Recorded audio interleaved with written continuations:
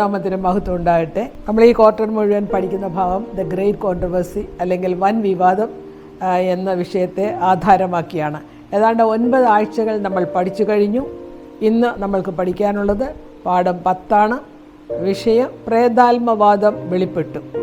എൻ്റെ മനഃപ്പാഠവാക്യം: താൻ ഗംഭീരനാദത്തോടും പ്രധാന ദൂതൻ്റെ ശബ്ദത്തോടും ദൈവത്തിൻ്റെ കാഹളത്തോടും കൂടെ സ്വർഗത്തിൽ നിന്ന് ഇറങ്ങി വരികയും ക്രിസ്തുവിൽ മരിച്ചവർ മുമ്പ് ഉയർത്തെഴുന്നേൽക്കുകയും ചെയ്യും.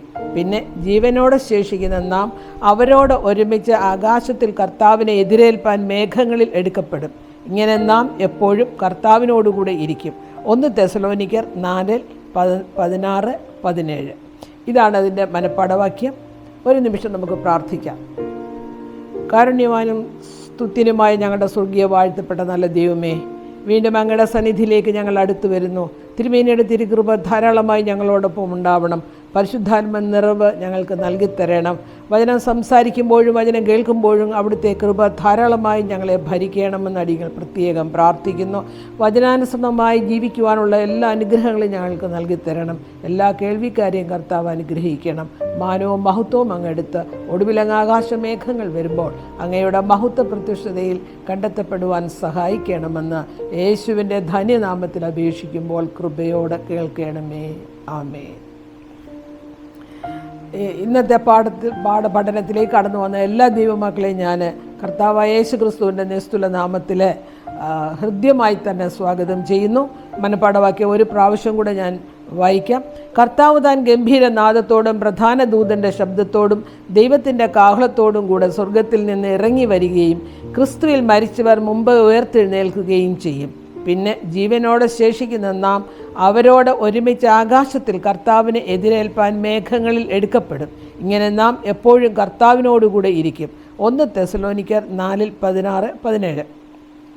അപ്പോൾ കർത്താവിൻ്റെ പുനരാഗമനത്തിൽ 3 തരം ശബ്ദങ്ങൾ നമ്മൾ കേൾക്കുന്നു. 1 കർത്താവിൻ്റെ ഗംഭീരനാദം, 2 പ്രധാന ദൂതൻ്റെ ശബ്ദം, 3 ദൈവത്തിൻ്റെ കാഹളം. കർത്താവിൻ്റെ പുനരാഗമനത്തിൽ അവൻ പുറപ്പെടുവിക്കുന്ന നാദത്തെ തുടർന്നാണ് മരിച്ച് വിശ്രമിക്കുന്ന വിശുദ്ധന്മാർ ഉയർത്തെഴുന്നേൽക്കുന്നത്. പ്രധാന ദൂതൻ്റെ ശബ്ദം വിശുദ്ധന്മാരുടെ ആത്മാക്കൾ പുനരുദ്ധാനത്തിൽ ഇറങ്ങി വരുമ്പോൾ ദുഷ്ടാത്മസേനകളെ തടയുന്നതിന് വേണ്ടിയിട്ടാണ് പ്രധാന ദൂതൻ്റെ ശബ്ദം. 3-ാമത്തേത് ദൈവത്തിൻ്റെ കാഹളനാദം. ദൈവത്തിൻ്റെ കാഹളനാദത്തിങ്കിലാണ് ജീവിച്ചിരിക്കുന്ന വിശുദ്ധന്മാർ രൂപാന്തരപ്പെടുന്നത്. പ്രേതാത്മവാദമാണ് ഇന്ന് നാം പഠിക്കുന്നത്. പ്രേതാത്മവാദത്തെ പറ്റിയുള്ള അടിസ്ഥാന വിശ്വാസം സാത്താൻ്റെ ഏറ്റവും വ്യാപകവും ഫലപ്രദവുമായ വഞ്ചനകളിലൊന്നാണ്.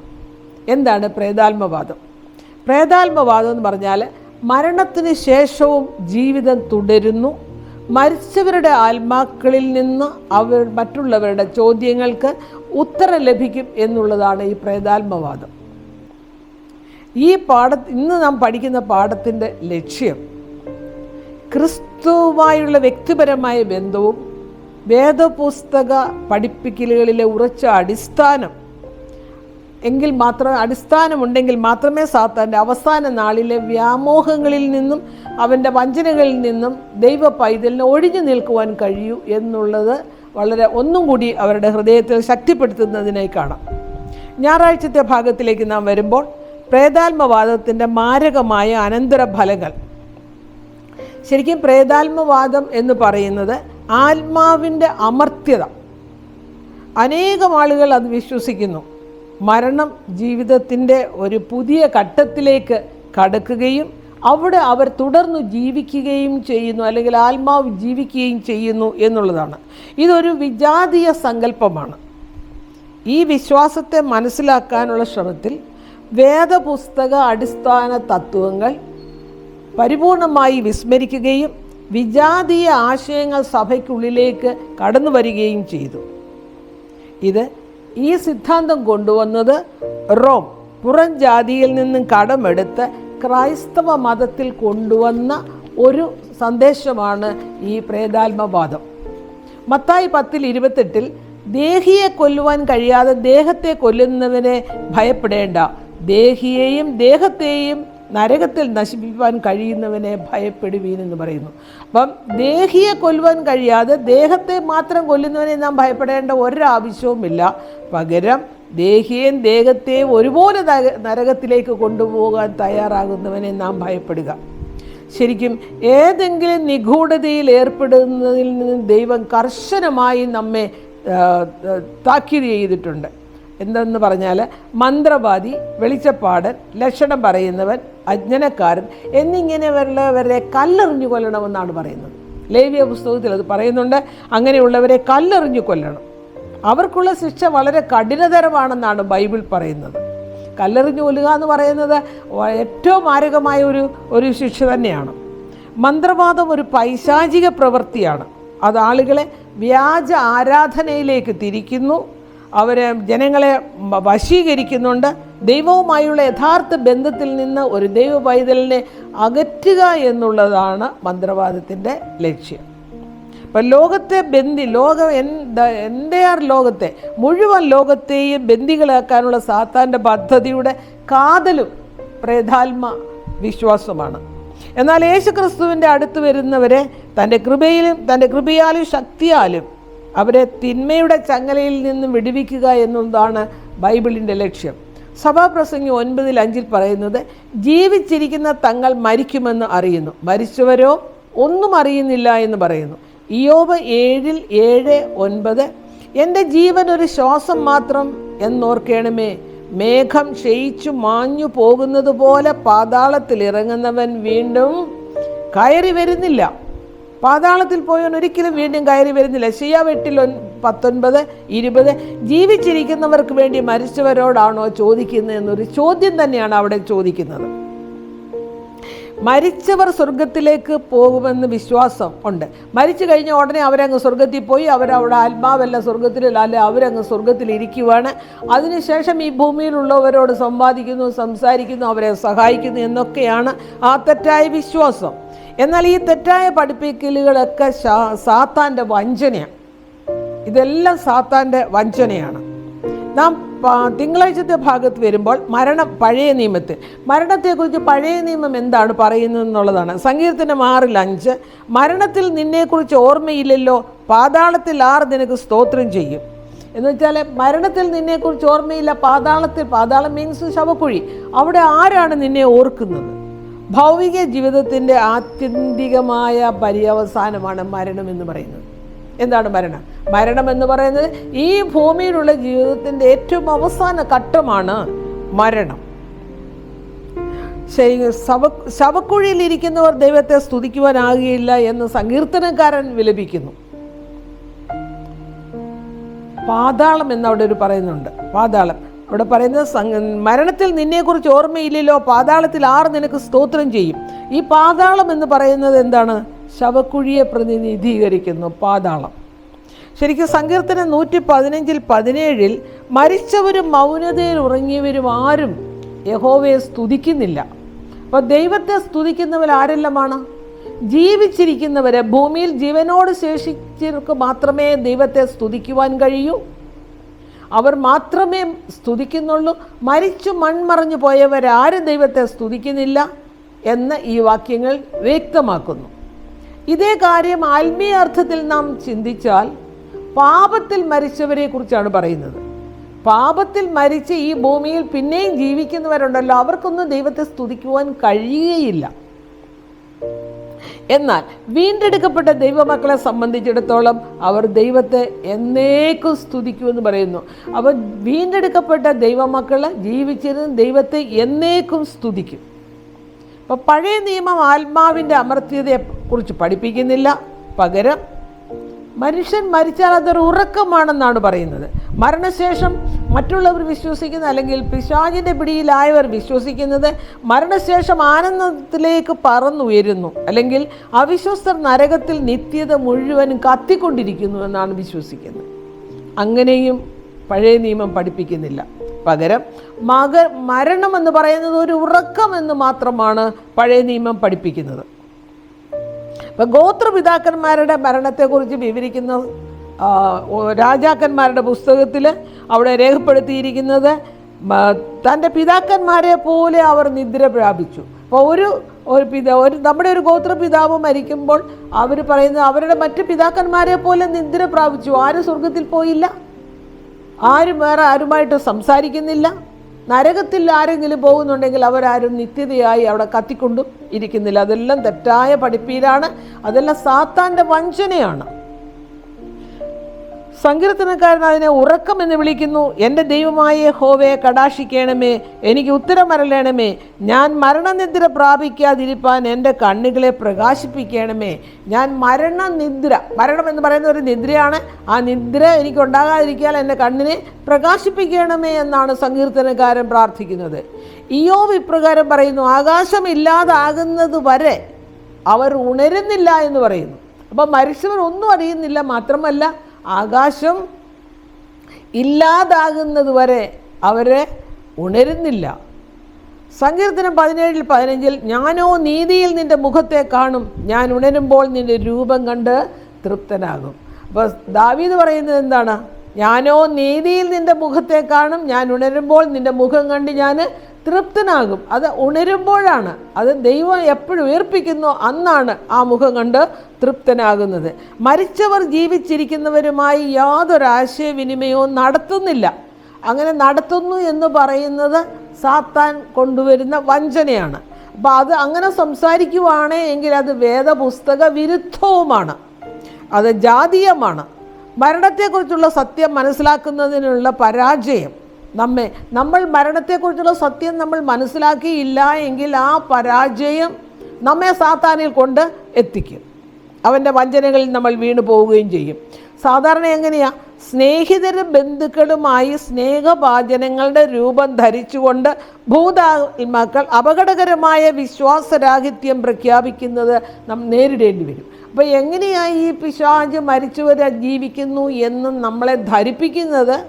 നമ്മളുടെ മരിച്ചുപോയ നമ്മുടെ സ്നേഹിതരോ നമ്മുടെ ബന്ധുക്കളോ നമുക്ക് ഏറ്റവും അടുത്ത ആളുകളോ അവരുടെ രൂപത്തിൽ പ്രത്യക്ഷപ്പെട്ടിട്ടാണ്, അല്ലെങ്കിൽ അവർ നമ്മളോട് സംസാരിക്കുന്ന രീതിയിൽ സാത്താൻ സംസാരിച്ചാണ് ആ വഞ്ചനയിൽ നമ്മെ കുടുക്കുന്നത്. ഇങ്ങനെയുള്ളൊരു കാലഘട്ടം, ഇങ്ങനെയുള്ളൊരു അവസ്ഥയിൽ എങ്ങനെയാണ് നാം സാത്താനെ നേരിടേണ്ടത്? ശരിക്കും മരിച്ചവർ യാതൊന്നും അറിയുന്നില്ല എന്ന് ബൈബിൾ വളരെ അസന്നിഗ്ധമായി പറയുന്നുണ്ട്. അതിൽ നാം പരിപൂർണമായി ഉത്തമമായി വിശ്വാസം അർപ്പിച്ച് ജീവിക്കണം. മരിച്ചവർ യാതൊന്നും അറിയുന്നില്ല എന്ന സത്യത്തിൽ ഉറച്ചു നിന്നുകൊണ്ട് നേരിടണം. ഇപ്രകാരം പ്രത്യക്ഷപ്പെടുന്നവർ ഭൂതാത്മാക്കളാണെന്നുള്ള സത്യവും നാം തിരിച്ചറിയണം. എങ്കിൽ മാത്രമേ നമുക്ക് സാത്താനോട് എതിർത്ത് നിൽക്കുവാൻ കഴിയുള്ളൂ. അപ്പോൾ ക്രിസ്തുവിൽ മരിക്കുന്നവരെ കുറിച്ച് ഇങ്ങനെ ചിന്തിക്കുക. നമ്മൾ എന്താണ് ചിന്തിക്കുന്നത്? ക്രിസ്തുവിൽ ആരെങ്കിലും മരിച്ചിട്ടുണ്ടെങ്കിൽ, വിശുദ്ധന്മാരായിട്ട് ആരെങ്കിലും മരിച്ചിട്ടുണ്ടെങ്കിൽ നമ്മൾ ഇങ്ങനെ ചിന്തിക്കണം, അവർ മരണത്തിൽ അവരുടെ കണ്ണുകൾ അടയ്ക്കുന്നു. യേശു മടങ്ങി വരുമ്പോൾ, അത് എത്ര സമയം കഴിഞ്ഞിട്ടായാലും യേശു മടങ്ങി വരുമ്പോൾ അവർ കണ്ണ് തുറക്കുമ്പോൾ കർത്താവായ യേശു ക്രിസ്തുവിൻ്റെ മഹത്വ പ്രത്യക്ഷതയാണ് അവർ കാണുന്നത്. ദൈവം വരുന്നു എന്നുള്ളതാണ്. അപ്പോൾ ഒരാൾ മരിച്ചാൽ, ഈവൻ വിശുദ്ധ ജീവിതം ചെയ്ത് ഒരാൾ മരിച്ചാൽ ആ ആള് കർത്താവ് വരുന്നതിന് മുൻപ്, വളരെ നൂറ്റാണ്ടുകൾക്ക് മുമ്പ് മരിച്ചാലും യേശുക്രിസ്തു വരുമ്പോൾ അവൻ കണ്ണു തുറക്കുമ്പോൾ യേശുക്രിസ്തുവിൻ്റെ രണ്ടാം വരവാണ് അവൻ്റെ ചിന്ത. അതുമാത്രമേ അവന് ചിന്തിക്കുവാൻ കഴിയുള്ളൂ, അല്ലാതെ വേറെ ഒന്നും ചിന്തിക്കുവാൻ കഴിയില്ല. ഞാൻ ചൊവ്വാഴ്ചത്തെ ഭാഗത്തേക്ക് വരുന്നു. മരണം പുതിയ നിയമത്തിൽ, പഴയ നിയമത്തിൽ മരണം എങ്ങനെയാണെന്ന് വെച്ചാൽ അവിടെ അതൊരു ഉറക്കമെന്നാണ് പറയുന്നത്. അപ്പോൾ പുതിയ നിയമത്തിൽ എങ്ങനെ പറയുന്നു എന്ന് നമുക്ക് നോക്കാം. യോഹന്നാൻ 11:11 മുതൽ 14 വരെയുള്ള വാക്യങ്ങളിൽ ഇത് പറഞ്ഞിട്ട് അവൻ നമ്മുടെ സ്നേഹിതനായ ലാസർ നിദ്ര കൊള്ളുന്നു, എങ്കിലും ഞാൻ അവനെ ഉണർത്തുവാൻ പോകുന്നു എന്ന് അവരോട് പറഞ്ഞു. യേശുവോ അവൻ്റെ മരണത്തെക്കുറിച്ചാകുന്നു പറഞ്ഞത്, ഉറക്കമെന്ന നിദ്രയെക്കുറിച്ച് പറഞ്ഞു എന്ന് അവർക്ക് തോന്നിപ്പോയി. ഉറക്കമെന്ന് നിദ്രയെക്കുറിച്ചാണ് പറഞ്ഞതെന്ന് അവർക്ക് തോന്നിപ്പോയി. അപ്പോൾ പഴയ നിയമത്തിൽ മരണത്തെക്കുറിച്ച് പറയുന്നത് ഉറക്കമെന്നാണ്, പുതിയ നിയമത്തിൽ അതിനെ പറയുന്നത് നിദ്ര എന്നാണ്. അപ്പം യോഹന്നാൻ്റെ സുവിശേഷം തന്നെ 21 മുതൽ 25 വരെയുള്ള ഭാഗത്ത്, കർത്താവേ, നീ ഇവിടെ ഉണ്ടായിരുന്നുവെങ്കിൽ എൻ്റെ സഹോദരൻ മരിക്കുകയില്ലായിരുന്നു. ഇപ്പോഴും നീ ദൈവത്തോട് എന്തപേക്ഷിച്ചാലും ദൈവം നിനക്ക് തരുമെന്ന് ഞാൻ അറിയുന്നു എന്ന് പറഞ്ഞു. യേശു അവളോട്, നിന്റെ സഹോദരൻ ഉയർത്തെഴുന്നേൽക്കുമെന്ന് പറഞ്ഞു. മാർത്ത അവനോട്, ഒടുക്കത്തെ നാളിലെ പുനരുദ്ധാനത്തിൽ അവൻ ഉയർത്തെഴുന്നേൽക്കുമെന്ന് ഞാൻ അറിയുന്നു യേശു അവളോട്, ഞാൻ തന്നെ പുനരുത്ഥാനവും ജീവനുമാകുന്നു. എന്നിൽ വിശ്വസിക്കുന്നവൻ മരിച്ചാലും ജീവിക്കും. ജീവിച്ചിരുന്ന് എന്നിൽ വിശ്വസിക്കുന്നവർ ആരും ഒരു നാളും മരിക്കുകയില്ല എന്ന് പറയുന്നുണ്ട്. അപ്പോൾ ഇത് ലാസറിന്റെ ഭവനത്തിൽ നടന്ന യേശു ക്രിസ്തുവും മാർത്തയും തമ്മിലുള്ളൊരു കോൺവെർസേഷനാണ്. അപ്പോൾ അവരുടെ സുഹൃത്ത് ബന്ധം യേശു അവിടെ ഉണ്ടായിരുന്നുവെങ്കിൽ ഉറപ്പായിട്ട് ലാസർ മരിക്കുകയില്ലായിരുന്നു എന്ന് മാർത്ത പറയുമ്പോൾ അവൻ ജീവിക്കും എന്ന് പറഞ്ഞപ്പോൾ മാർത്ത വിശ്വസിച്ചിരുന്നു, പുനരുദ്ധാനത്തെക്കുറിച്ച് വിശ്വസിച്ചിരുന്നു. അപ്പോൾ മാർത്ത പറഞ്ഞു, എനിക്ക് ഉറപ്പായിട്ട് അറിയാം. അപ്പോൾ കർത്താവ് എന്താ പറഞ്ഞത്? ഞാൻ തന്നെ പുനരുത്ഥാനവും ജീവനുമാകുന്നു. എന്നിൽ വിശ്വസിക്കുന്നവൻ മരിച്ചാലും ജീവിക്കും. ജീവിച്ചിരുന്ന് എന്നിൽ വിശ്വസിക്കുന്നവൻ ആരും ഒരു നാളും മരിക്കുകയില്ല. എത്ര സന്തോഷപ്രദമായ പ്രത്യാശ നിർഭരമായ വാക്കുകളാണ്. എന്നിൽ വിശ്വസിക്കുന്നവൻ ഒരു നാളും, എന്നിൽ വിശ്വസിക്കുന്നവൻ മരിച്ചാലും ജീവിക്കും. ജീവിച്ചിരുന്ന് എന്നിൽ വിശ്വസിക്കുന്നവൻ ആരും ഒരു നാളും മരിക്കുകയില്ല. ഞാൻ പുനരുത്ഥാനവും ജീവനും ആകുന്നു എന്നാണ് ദൈവം പറഞ്ഞത്. അപ്പോൾ പുനരുത്ഥാന നാളിൽ ലാസർ ഉയർത്തെഴുന്നേൽക്കും എന്നുള്ളൊരു ചോദ്യത്തിൻ്റെ വളരെ ശക്തമായ മറുപടിയാണ് ഇവിടെ യേശുക്രിസ്തു മാർത്തയ്ക്ക് കൊടുത്തത്. അപ്പോൾ പുനരുത്ഥാനവും ജീവനും എല്ലാം യേശുവിനോട് സംബന്ധിച്ച കാര്യങ്ങളാണ്, വേറെ ഒരു കാര്യവുമല്ല. അത് കർത്താവിനെ സംബന്ധിച്ചെടുത്ത കാര്യമാണ് പുനരുത്ഥാനവും ജീവനും. അതെല്ലാം തന്നോട് ബന്ധപ്പെട്ട കാര്യമാണ്. ജീവൻ മരണത്തിന്മേൽ ജയം കൊള്ളുമ്പോൾ പുനരുത്ഥാനം ഉണ്ടാകുന്നു. എപ്പോഴാണ് പുനരുത്ഥാനം ഉണ്ടാകുന്നത്? ജീവൻ മരണത്തിന്മേൽ ജയം പ്രാപിക്കുമ്പോഴാണ് പുനരുത്ഥാനം ഉണ്ടാകുന്നത്. അതൊരു പക്ഷേ ചിലപ്പം കുറേ കൂടെ ഫിലോസഫിക്കലായിരിക്കും, നമുക്ക് മനസ്സിലാക്കാൻ ബുദ്ധിമുട്ടായിരിക്കും. എന്നാലും ഞാൻ വീണ്ടും ഒന്നുകൂടെ പറയുന്നു, ജീവൻ മരണത്തിന്മേൽ ജയം പ്രാപിക്കുമ്പോൾ പുനരുത്ഥാനം ഉണ്ടാകുന്നു. അപ്പോൾ അതിനുള്ള ശക്തി എവിടെ നിന്നാണ്? അത് ക്രിസ്തുവിലാണുള്ളത്. അപ്പോൾ പുനരുത്ഥാനം തരാനുള്ള ശക്തി ക്രിസ്തുവിലാണ് ഉള്ളത്. അതുകൊണ്ട് മരണത്തിന് ഉയർത്തെഴുന്നേൽപ്പിൻ്റെ ജീവശക്തിയെ തടുക്കാനാകില്ല. കർത്താവായ യേശു ക്രിസ്തുവിലാണ് ഈ പുനരുത്ഥാനത്തിൻ്റെ ശക്തി ഉള്ളത്. അതുകൊണ്ട് ഒരു കാരണവശാലും മരണത്തിന് പുനരുത്ഥാനത്തിൻ്റെ ശക്തിയെ തടുക്കാൻ കഴിയില്ല. കർത്താവായ യേശു ക്രിസ്തുവിൽ ഒരുവൻ വിശ്വസിക്കുമ്പോൾ ജീവൻ്റെയും പുനരുത്ഥാനത്തിൻ്റെയും ശക്തി അവന് ലഭിക്കും. അപ്പോൾ സോ സിമ്പിൾ. കർത്താവായ യേശു ക്രിസ്തുവിൽ ഒരുവൻ വിശ്വസിക്കുമ്പോൾ അവന് ലഭിക്കുന്നത് എന്താണ്? അവന് ലഭിക്കുന്നത് ജീവൻ്റെയും പുനരുത്ഥാനത്തിൻ്റെയും ശക്തി.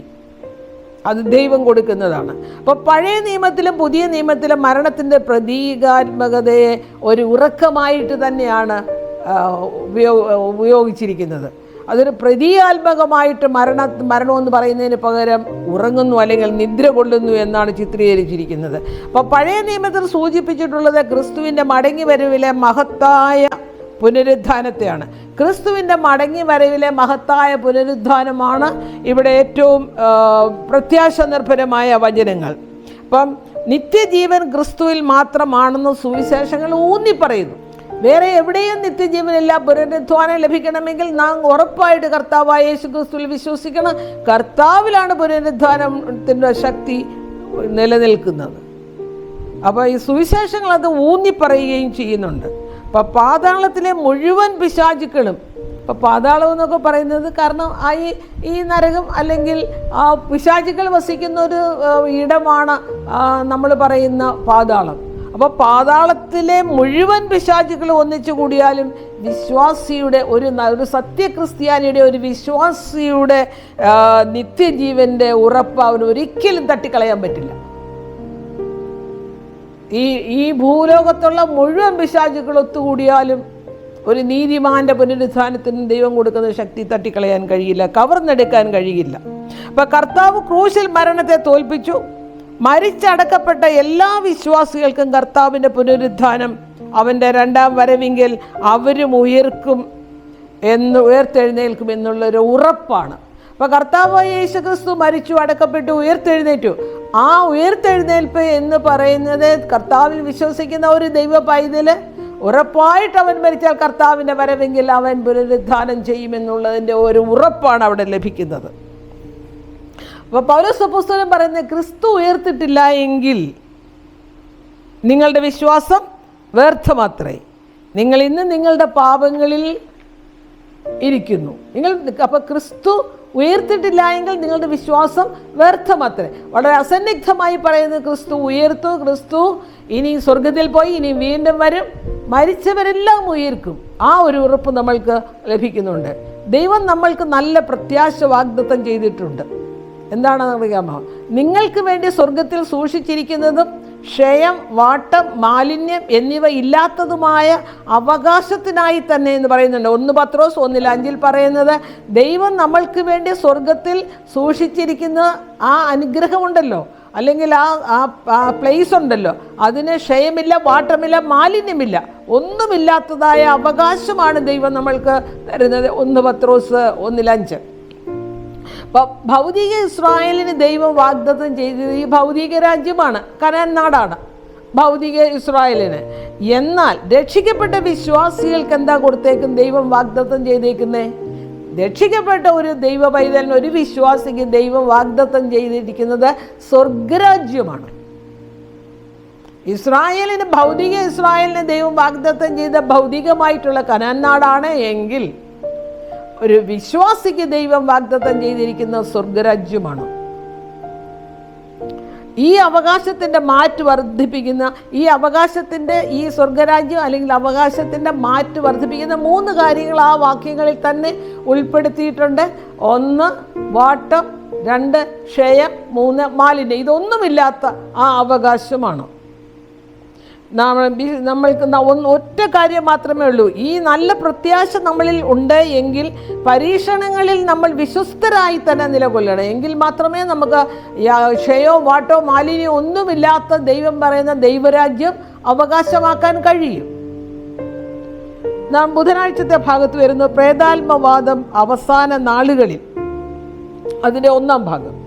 മത്തായി 24:5 ഞാൻ ക്രിസ്തു എന്ന് പറഞ്ഞ് അനേകർ എൻ്റെ പേരെടുത്ത് പലരെയും തെറ്റിക്കും. മത്തായി 24:11 കള്ളപ്രവാചകന്മാർ പലരും വന്ന് അനേകരെ തെറ്റിക്കും. മത്തായി 24:24 പറയുന്നു, കള്ളപ്രവാചകന്മാരും കള്ളക്രിസ്തുക്കളും എഴുന്നേറ്റ് കഴിയുമെങ്കിൽ വൃതന്മാരെയും തെറ്റിപ്പാനായി വലിയ അടയാളങ്ങളും അത്ഭുതങ്ങളും കാണിക്കും. അപ്പോൾ ശരിക്കും പ്രേതാത്മവാദം തന്നെയാണ് അത്. അതിൻ്റെ അവസാന നാളുകൾ ഇങ്ങനെയാണ്. കള്ളപ്രവാചകന്മാരും കള്ളക്രിസ്തുക്കളും കഴിയുമെങ്കിൽ എഴുന്നേറ്റ് മൃതന്മാരെ തെറ്റിക്കുവാനായിട്ട് വലിയ അടയാളങ്ങളും അത്ഭുതങ്ങളും കാണിക്കും. 1 തെസ്സലോനിക്കർ 2:7-9 വരെയുള്ള ഭാഗത്ത് അധർമ്മത്തിൻ്റെ മർമ്മം ഇപ്പോഴേ വ്യാപരിക്കുന്നുണ്ട്, ഇതുവരെ തടയുന്നവൻ വഴിയിൽ നിന്ന് നീങ്ങിപ്പോകാൻ മാത്രം വേണം. അപ്പോൾ അധർമ്മമൂർത്തി വെളിപ്പെട്ട് വരും. അവനെ കർത്താവായ യേശു തൻ്റെ വായിലെ ശ്വാസത്താൽ ഒടുക്കി തൻ്റെ പ്രത്യക്ഷതയുടെ പ്രഭാവത്താൽ നശിപ്പിക്കും. അധർമ്മമൂർത്തിയുടെ പ്രത്യക്ഷത നശിച്ചു പോകുന്നവർക്ക് സാത്താൻ്റെ വ്യാപാര ശക്തിക്ക് ഒത്തവണ്ണം വ്യാജമായ സകല ശക്തിയോടും അടയാളങ്ങളോടും അത്ഭുതങ്ങളോടും അനീതിയുടെ സകല വഞ്ചനയോടും കൂടെ ആയിരിക്കും. അപ്പോൾ യേശുക്രിസ്തുവിൻ്റെ വരവിന് തൊട്ട് മുമ്പ് പിശാച് അനേകരെ തെറ്റിക്കാനായി പലവിധ മാർഗങ്ങൾ ഉപയോഗിക്കും.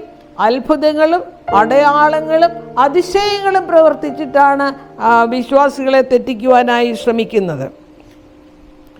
ശരിക്കും ഒരു കാരണവശാലും അവരുടെ ആ വഞ്ചനയിൽ നമ്മൾ കുടുങ്ങിപ്പോകരുത്. അത്ഭുതങ്ങൾ, അടയാളങ്ങൾ എന്ന് വിളിക്കപ്പെടുന്ന ആ അമാനുഷിക പ്രകടനത്തിൻ്റെ ശക്തിയിലാണ് അവർ പ്രവർത്തിക്കുന്നത്. അപ്പം മഹാസർപ്പം, മൃഗം, കള്ളപ്രവാചകൻ, ഈ 3 ദുഷ്ടശക്തികൾ യോജിച്ചാണ് അന്ത്യകാലത്ത് പ്രവർത്തിക്കുന്നത്. മഹാസർപ്പം, മൃഗം, കള്ളപ്രവാചകൻ. അപ്പോൾ പ്രവർത്തന രീതി പ്രേതാത്മവാദവുമായി വളരെയധികം ബന്ധപ്പെട്ടതാണ്. അപ്പം ഈ 3 മഹാസർപ്പം, മൃഗം, കള്ളപ്രവാചകൻ, ഈ കള്ളക്രിസ്തുക്കൾ, അവർ എല്ലാം എന്താണ് ചെയ്യുന്നത്? പ്രേതാത്മവാദമാണ് അവരുടെ രീതി. അതുമായി വളരെ ബന്ധപ്പെട്ടാണ് അവർ പ്രവർത്തിക്കുന്നത്. അപ്പോൾ പ്രാപഞ്ചിക സംഘർഷം അതിൻ്റെ സമാപനത്തോടടുക്കുമ്പോൾ പൈശാചിക ശക്തി അഭൂതപൂർവമായ രീതിയിൽ മനുഷ്യ ചരിത്രത്തിൻ്റെ രംഗത്തേക്ക് പ്രവേശിക്കും. അപ്പോൾ ഈ അന്ത്യനാളുകളിൽ നമ്മൾ ചിന്തിക്കുന്നതിലും നനയ്ക്കുന്നതിലും അപ്പുറമായിട്ടാണ് പൈശാചിക ശക്തി പ്രവർത്തിക്കുന്നത്. അപ്പോൾ ലോകത്തെ വഞ്ചിക്കാനുള്ള തൻ്റെ അന്ത്യപരിശ്രമത്തിന് സാത്താൻ ഒരുങ്ങുവാണിപ്പോൾ. പരിപൂർണമായി അവൻ വിജയിച്ചിട്ടില്ല, പക്ഷെ ഇപ്പോൾ അവന് ഒരുങ്ങിക്കൊണ്ടിരിക്കുകയാണ്. അപ്പോൾ അവനെന്താ ചെയ്യുക? അപ്പോൾ വഞ്ചനയുള്ള വഴികൾ അവനെ തുറക്കും, അത് വികസിപ്പിക്കുകയും ചെയ്യും. വഞ്ചനയ്ക്കുള്ള വഴികൾ തുറക്കുകയും അത് വികസിപ്പിക്കുകയും ചെയ്യും. അപ്പോൾ സാത്താൻ്റെ ലക്ഷ്യം അവൻ ഇപ്പോഴും നേടി തീർന്നിട്ടില്ലാത്തത് കൊണ്ട് ഉറപ്പായിട്ട് വഞ്ചനയുടെ വഴികൾ മനുഷ്യരുടെ മുമ്പിൽ നിരത്തി വെക്കും. അപ്പം നമ്മൾ അതിനെ അതിജീവിക്കണമെങ്കിൽ ദൈവവചനത്തിലുള്ള വിശ്വാസം, ദൈവശക്തിയിൽ നമ്മൾ വിശ്വസിക്കണം. അങ്ങനെ നമ്മൾ സംരക്ഷിക്കപ്പെടുന്നില്ല എങ്കിൽ, അങ്ങനെ സംരക്ഷിക്കപ്പെടാത്തവരൊക്കെയും സാത്താൻ്റെ കൊടിയും ചതിയിൽ അകപ്പെട്ടു പോകും. അപ്പം മരിച്ചവരുടെ അവസ്ഥ മനസ്സിലാക്കാത്ത ശതകോടി മനുഷ്യരുണ്ട്. അതുകൊണ്ടാണ് മറ്റുള്ള എല്ലാ ക്രിസ്തീയ വിഭാഗങ്ങളിലും, മിക്കവാറും എല്ലാ ക്രിസ്തീയ വിഭാഗങ്ങളിലും മരിച്ചവർക്ക് വേണ്ടി പ്രാർത്ഥിക്കുന്നത്. എല്ലാ വർഷവും അവർ ശവക്കല്ലറയിൽ പോയി ധൂപം കാട്ടുകയും പ്രാർത്ഥിക്കുകയും വീട്ടിൽ പ്രാർത്ഥന വെക്കുകയും അവരുടെ ആത്മാവിൻ്റെ നിത്യശാന്തിക്ക് വേണ്ടി പ്രാർത്ഥിക്കുകയും ഒക്കെ ചെയ്യുന്നത് മരിച്ചവരുടെ അവസ്ഥ മനസ്സിലാക്കാത്തത് കൊണ്ടാണ്. അപ്പോൾ ഒരു ദൈവവൈതലും മരിച്ചവൻ അവൻ എന്ത് ചെയ്യുന്നു? ഉറപ്പായിട്ട് നമുക്ക് പറയാം, അവൻ ഉറങ്ങുകയാണ്. കർത്താവായ യേശു ക്രിസ്തുവിൻ്റെ ഗംഭീരനാദത്തെങ്കിലും, പ്രധാന ദൂതൻ്റെ ശബ്ദത്തെങ്കിലും, കാഹളത്തെങ്കിലും മാത്രമേ അവർ ഉയർത്തെഴുന്നേൽക്കുകയും രൂപാന്തരപ്പെടുകയും ചെയ്യുന്നുള്ളൂ. അതുവരെ അവർ നിദ്ര പ്രാപിച്ചിരിക്കുകയാണ്. നാം അവസാന ഭാഗത്തേക്ക് എത്തുന്നു. വ്യാഴം, പ്രേതാത്മവാദം, അവസാന നാളുകൾ, അത് രണ്ടാം ഭാഗം. നമ്മുടെ രക്ഷയുടെ പ്രത്യാശ ക്രിസ്തുവിൽ വേരൂന്നിയതാണ്, അല്ല വേറെ ഒന്നുമല്ല. എവിടെ നിന്നാണ് നമ്മൾ രക്ഷ മനസ്സിലാക്കുന്നത്? യേശു ക്രിസ്തുവിലാണ് അതിന് ആ വിശ്വാസം വേരൂന്നിയിരിക്കുന്നത്. അപ്പോൾ സൗജന്യമായി നൽകുന്ന രക്ഷ സ്വീകരിക്കുവാൻ ക്രിസ്തുവിൻ്റെ, അപ്പം നമ്മുടെ രക്ഷ സൗജന്യമാണ്. അത് സ്വീകരിക്കാൻ ദൈവം നമ്മെ തൻ്റെ രക്തം പുരണ്ട കൈകൾ കൊണ്ട് മാടി വിളിക്കുന്നു എന്നാണ് ഒരു പണ്ഡിതൻ എഴുതിയിരിക്കുന്നത്. നമ്മെ മാടി വിളിക്കുന്നുവെന്ന്. താമസിയാതെ ക്രിസ്തു തൻ്റേത് അവകാശപ്പെടുവാൻ മടങ്ങി വരും. അപ്പോൾ വളരെയധികം, ഒരുപാട് നാളുകൾ നീണ്ടു നിൽക്കില്ല, വളരെ വളരെ വേഗം തന്നെ താൻ അവകാശപ്പെട്ടത് വാങ്ങാനായിട്ട് കർത്താവായ യേശു ക്രിസ്തു മടങ്ങി വരും. എന്താണ് കർത്താവിൻ്റെ അവകാശം? ദൈവത്തിൻ്റെ അവകാശം എന്ന് പറയുന്നത് ദൈവത്തിൻ്റെ ജനമാണ്. ആർക്ക് വേണ്ടി രക്തം കൊടുത്ത വിലയ്ക്ക് വാങ്ങി വീണ്ടെടുത്തുവോ അവരെ നേടുവാനാണ്. തീത്തോസ് 2:12 നാം ഭാഗ്യകരമായ പ്രത്യാശയ്ക്കായിട്ടും മഹാദൈവവും നമ്മുടെ രക്ഷിതാവായ യേശു ക്രിസ്തുവിൻ്റെ തേജസ്സിൻ്റെ പ്രത്യേകതയ്ക്കായിട്ടും പ്രത്യക്ഷതയ്ക്കായും കാത്തിരിക്കുന്നു. യേശു ക്രിസ്തു മഹാദൈവമാണെന്ന് ആണ് ഇവിടെ പ്രസ്താവിക്കുന്നത്. ഭാഗ്യകരമായ പ്രത്യാശയ്ക്കായിട്ടും മഹാദൈവവും നമ്മുടെ രക്ഷിതാവുമായ മഹാദൈവമാണ്. ആ യേശു ക്രിസ്തു മഹാദൈവമാണെന്നാണ് ഇവിടെ പ്രസ്താവിക്കുന്നത്. അപ്പം ഞാനും പിതാവ് ഒന്നാകുന്നു എന്ന് യേശു ക്രിസ്തു ഈ ഭൂമിയിൽ വെച്ച് അരുളി ചെയ്തിട്ടുള്ളത് തൻ്റെ ദൈവത്വത്തിൻ്റെ ശക്തമായ ഒരു തെളിവാണ്. ഞാനും പിതാവ് ഒന്നാണെന്ന് യേശു ക്രിസ്തു ഭൂമിയിൽ വെച്ച് പറഞ്ഞു. അത് തൻ്റെ ദൈവത്വത്തിൻ്റെ ഏറ്റവും മഹത്തായ തെളിവ് തന്നെയാണ്. അപ്പോൾ ഒരു ക്രിസ്തീയ വിശ്വാസിയുടെ പ്രത്യാശയും പ്രതീക്ഷയും സന്തോഷവും അവൻ്റെ രക്ഷിതാവ് മഹാദൈവമാണെന്നുള്ളതാണ്. എന്താണ് ഒരു ക്രിസ്ത്യാനിയുടെ ഏറ്റവും വലിയ പ്രതീക്ഷ, സന്തോഷം, പ്രത്യാശ? അവൻ്റെ രക്ഷിതാവ് മഹാദൈവമാണെന്നുള്ളതും അവൻ താമസം വിനാ മഹത്വപൂർണനായി വരുമെന്നുള്ളതുമാണ്. അപ്പോൾ ഏത് പ്രത്യാശയിലാണ് ഇന്ന് ക്രിസ്ത്യാനികൾ ജീവിക്കേണ്ടത്? ഏത് സന്തോഷത്തിലാണ് ജീവിക്കേണ്ടത്? മഹത്വപൂർണനായി അവൻ വീണ്ടും വരുമെന്നുള്ളതാണ്. എൻ്റെ മഹാദൈവം മഹത്വപൂർണനായി വീണ്ടും വരും. അപ്പോൾ പഴയ നിയമത്തിലും പുതിയ നിയമത്തിലും എല്ലാം മരണത്തെ ഉറക്കമായിട്ട് മാത്രമാണ് ചിത്രീകരിച്ചിരിക്കുന്നത്. നമ്മുടെ രക്ഷയുടെ ഏറ്റവും വലിയ പ്രത്യാശ എന്ന് പറയുന്നത് യേശുക്രിസ്തുവിലാണ് വേരൂന്നിയിരിക്കുന്നത്. അപ്പോൾ ഈ പ്രത്യാശയെ നശിപ്പിക്കുക എന്നുള്ളതാണ് സാത്താൻ്റെ ലക്ഷ്യം. അപ്പോൾ ആ പ്രത്യാശ നമ്മളിൽ നിന്ന് നശിപ്പിക്കപ്പെട്ടു പോയാൽ നാം പിന്നെ സാത്താൻ്റെ പക്ഷത്താകുന്നു. അപ്പം ശരിക്കും ഈ പ്രത്യാശ എങ്ങനെയാണ് ഈ സാത്താൻ നശിപ്പിക്കുന്നത്? നമ്മളിൽ അടങ്ങിയിരിക്കുന്ന പ്രത്യാശ എങ്ങനെയാണ് സാത്താൻ നശിപ്പിക്കുന്നത്? അവൻ അതിശയങ്ങളും അത്ഭുതങ്ങളും അടയാളങ്ങളും പ്രവർത്തിച്ച് ബൈബിളിലെ സത്യത്തിൽ നിന്നും ക്രിസ്തുവിലുള്ള രക്ഷയിൽ നിന്നും ആളുകളെ അകറ്റുന്നു.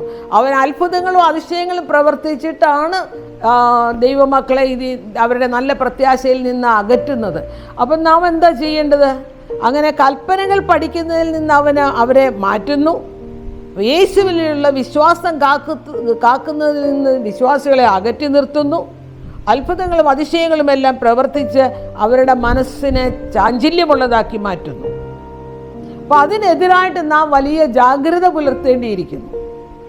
നമ്മൾ ബൈബിൾ വായിച്ച് മനസ്സിലാക്കി ദൈവത്തിൻ്റെ കൽപ്പനകൾ പ്രമാണിച്ച് വാഗ്ദത്തങ്ങളിൽ നമ്മൾ വിശ്വസിച്ച് ഉറപ്പായി കർത്താവിനെ രക്ഷിതാവായി സ്വീകരിച്ച് ഒരു കാരണവശാലും സാത്താൻ്റെ വഞ്ചനയിൽ അകപ്പെട്ടു പോകാതെ ജീവിക്കണം. 2 കൊരിന്ത്യർ 11:13-14 ഇങ്ങനെയുള്ളവർ കള്ള അപ്പോസ്തലന്മാർ, കപട വേലക്കാർ, ക്രിസ്തുവിൻ്റെ അപ്പോസ്തലന്മാരുടെ വേഷം ധരിക്കുന്നവരും അത്രേ. അപ്പോൾ ഈ അത്ഭുതങ്ങളും അതിശയങ്ങളും ഒക്കെ പ്രവർത്തിക്കുന്നവരാരാണ്? അവർ കപട വേലക്കാരാണ്, കള്ള അപ്പോസ്തലന്മാരാണ്, ക്രിസ്തുവിൻ്റെ അപ്പോസ്തലന്മാരുടെ വേഷം ധരിക്കുന്നവരുമാണ്. അത്ര മാത്രമല്ല, സാത്താൻ എന്താ ചെയ്തെന്നറിയാമോ? സാത്താൻ താനും വെളിച്ച ദൂതൻ്റെ വേഷം ധരിക്കുന്നുവല്ലോ. സാത്താൻ താനും വെളിച്ച ദൂതൻ്റെ വേഷം ധരിക്കുന്നുവല്ലോ. അപ്പോൾ കർത്താവ് പ്രത്യക്ഷപ്പെടുന്നത് എങ്ങനെയാണ്? വാസ്തവത്തിൽ കർത്താവ് പ്രത്യക്ഷപ്പെടുന്നത് മിന്നൽ കിഴക്ക് നിന്ന് പുറപ്പെട്ട് പടിഞ്ഞാറോളം വിളങ്ങും പോലാണ് കർത്താവ് വരുന്നത്. അപ്പം മനുഷ്യപുത്രൻ്റെ വരവ് അങ്ങനെയാണ്. എന്നാൽ ഈ സാത്താൻ്റെ ഏറ്റവും വലിയ അവസാന വഞ്ചന എന്ന് പറയുന്നത് കർത്താവ് വരുന്നത് പോലെ ഈ സാത്താൻ വന്നു കാണിക്കും. അത്ഭുതങ്ങൾ പ്രവർത്തിക്കുന്ന ഭൂതാത്മാക്കളാണ്. അവരുടെ ശക്തി, അമാനുഷിക അടയാളങ്ങൾ അവർ കാണിക്കും. അപ്പോൾ വഞ്ചനയുടെ മഹത്തായ നാടകത്തിലെ മകുടോദാഹരണമായി സാത്താൻ തന്നെ ക്രിസ്തു യേശുവായി പ്രത്യക്ഷപ്പെടുന്നുണ്ട്. അപ്പോൾ സഭ എന്ത് ചെയ്യണം? പ്രത്യാശയുടെ നിറവേറലായി കർത്താവിൻ്റെ 2ാം വരവിന് വേണ്ടി ഏറെ നാളായി നോക്കിപ്പാർക്കുന്ന സഭ ഒരു കാരണവശാലും അധൈര്യപ്പെട്ടു പോകുവാൻ ഇടയാകാതെ, വഞ്ചകനായ പിശാചിൻ്റെ കയ്യിൽ അകപ്പെട്ടു പോകാതെ ദൈവവചനത്തിൽ ആശ്രയിച്ച്, ദൈവത്തിൽ ആശ്രയിച്ച് ജീവിക്കണം. സാത്താൻ മനുഷ്യരെ പറഞ്ഞ് തെറ്റിക്കുന്ന ഒരു വിധം എന്താണെന്നറിയാമോ? നിങ്ങളിനി ആർക്ക് വേണ്ടിയാണ് കാത്തിരിക്കുന്നത്? കർത്താവ് നേരത്തെ വന്നുപോയല്ലോ. കർത്താവ് നേരത്തെ വന്നുപോയല്ലോ. കർത്താവ് അങ്ങനെയല്ല വരുന്നത്. കർത്താവ് എങ്ങനെയാണ് വരുന്നത്? മിന്നൽ കിഴക്ക് നിന്ന് പുറപ്പെട്ട് പടിഞ്ഞാറോളം വിളങ്ങും പോലെ, എല്ലാവരും കാണും പോലെയാണ് വരുന്നത്. അല്ലാതെ അവിടെ വന്നു ഇവിടെ വന്നു അങ്ങനെയല്ല കർത്താവ് വരുന്നത്. അപ്പോൾ വഞ്ചകനായ സാത്താൻ ക്രിസ്തു വളരെ നേരത്തെ വന്നു കഴിഞ്ഞു എന്ന ആളുകളെ വിശ്വസിപ്പിക്കുന്നു. കർത്താവായ യേശു അവൻ്റെ 2ാം വരവിങ്കിൽ രാജാതിരാജാവായിട്ടാണ് വരുന്നത്. അല്ലാതെ വെറുതെ ഒരു സൈഡിൽ എവിടെയെങ്കിലും വന്നിട്ട് ആരായിട്ടെങ്കിലും വന്നിട്ട് പോകുമല്ല, രാജാതിരാജാവായിട്ടാണ് വരുന്നത്. തന്നിൽ ആശ്രയിക്കുന്ന ഒരാത്മാവിനെ, അവ രാജാതിരാജാവായി വരുന്ന കർത്താവായ യേശു ക്രിസ്തു തന്നിൽ ആശ്രയിക്കുന്ന ഒരാത്മാവിനെ സാത്താനാൽ കീഴടക്കപ്പെടാൻ ഒരു കാരണവശാലും അനുവദിക്കത്തില്ല. പകരം തൻ്റെ മാലാഖമാരെ അയച്ച് അവരെ വിടുവിക്കും, അവർക്ക് അസിസ്റ്റൻസ് കൊടുക്കും. അങ്ങനെയെങ്കിൽ കർത്താവ് താൻ എങ്ങനെയാണ് വരുന്നത്? കർത്താവ് താൻ ഗംഭീരനാദത്തോടും പ്രധാന ദൂതൻ്റെ ശബ്ദത്തോടും ദൈവത്തിൻ്റെ കാഹളത്തോടും കൂടെ സ്വർഗത്തിൽ നിന്ന് ഇറങ്ങി വരികയും ക്രിസ്തുവിൽ മരിച്ചവർ മുമ്പ് ഉയർത്തെഴുന്നേൽക്കുകയും ചെയ്യും. പിന്നെ ജീവനോടെ ശേഷിക്കുന്ന നാം അവരോടൊരുമിച്ച് ആകാശത്തിൽ കർത്താവിനെ എതിരേൽപ്പാൻ മേഘങ്ങളിൽ എടുക്കപ്പെടും. ഇങ്ങനെ നാം എപ്പോഴും കർത്താവിനോടുകൂടി ഇരിക്കും. ഈ സൗഭാഗ്യമാണ് ഒരു ദൈവവൈതലിന് വേണ്ടത്. എന്താണെന്നറിയാമോ? കർത്താവ് താൻ ഗംഭീരനാദത്തോടും പ്രധാന ദൂതൻ്റെ ശബ്ദത്തോടും ദൈവത്തിൻ്റെ കാഹളത്തോടും കൂടി വരുമ്പോൾ വിശുദ്ധന്മാരെല്ലാം ഉയർത്തെഴുന്നേൽക്കുകയും ജീവിച്ചിരിക്കുന്നവരെന്ത് ചെയ്യും? അവർ രൂപാന്തരപ്പെടുകയും ചെയ്യുമ്പോൾ പിന്നെ എന്താണെന്നറിയാമോ? എപ്പോഴും നാം കർത്താവിനോടുകൂടി ഇരിക്കുന്ന നല്ല ആ അനുഭവം, ആ അനുഭവത്തിലേക്ക് കടക്കുവാൻ ദൈവം നമ്മെ എല്ലാവരെയും അനുഗ്രഹിക്കട്ടെ. ആമേൻ. ഒരു വാക്ക് പ്രാർത്ഥിക്കാം. കരുണാസമ്പന്ന നീതിമാനുമായ അടിയങ്ങളുടെ സ്വർഗീയ വാഴ്ത്തപ്പെട്ട നല്ല ദൈവമേ, വീണ്ടും അങ്ങയുടെ സന്നിധിയിലേക്ക് ഞങ്ങൾ വരുന്നു. ഞങ്ങളുടെ മധ്യത്തിൽ വന്ന് ഞങ്ങളെ അനുഗ്രഹിക്കണം, ഞങ്ങളെ ശക്തീകരിക്കണം. ഞങ്ങൾ കേട്ട വചനങ്ങളൊക്കെ കർത്താവെ ഞങ്ങൾക്കത് പ്രയോജനമാക്കി തീർക്കുവാൻ തിരുമേനിക്ക് മനസ്സാകണം. പ്രേതാത്മവാദം എന്താണെന്ന് ഞങ്ങൾ ശരിക്കും മനസ്സിലാക്കുകയും കർത്താവായ യേശു ക്രിസ്തു ഞങ്ങൾക്ക് വേണ്ടി എന്തു ചെയ്തു എന്ന് മനസ്സിലാക്കുകയും വചനത്തിൽ കർത്താവെ ഉറച്ചു നിന്ന് പൈശാചികൻ്റെ എല്ലാവിധ തന്ത്രങ്ങളെയും പരാജയപ്പെടുത്തുവാൻ ഞങ്ങളെ അങ്ങ് സഹായിക്കണമേ. ആത്മീയ അനുഗ്രഹങ്ങളാലും ഭൗതിക അനുഗ്രഹങ്ങളാലും കർത്താവ് ഞങ്ങളെ നിറയ്ക്കണം. വചനം കേട്ട എല്ലാവരെയും ദൈവം അനുഗ്രഹിക്കണം. ദൈവമേ, കർത്താവ് ഒടുവിൽ ഗംഭീരനാദത്തോട് പ്രധാന ദൂതൻ്റെ ശബ്ദത്തോടെ ദൈവത്തിൻ്റെ കാഹളത്തോടുകൂടി വരുമ്പോൾ അങ്ങേ എതിരേൽക്കുവാൻ യോഗ്യതയുള്ളവരുടെ കൂട്ടത്തിൽ ഞങ്ങളും ഉണ്ടാകുവാൻ ഞങ്ങളെ സഹായിക്കണമെന്ന് യേശുവിൻ്റെ ധന്യനാമത്തിൽ അപേക്ഷിക്കുമ്പോൾ കൃപയോടെ കേൾക്കണം.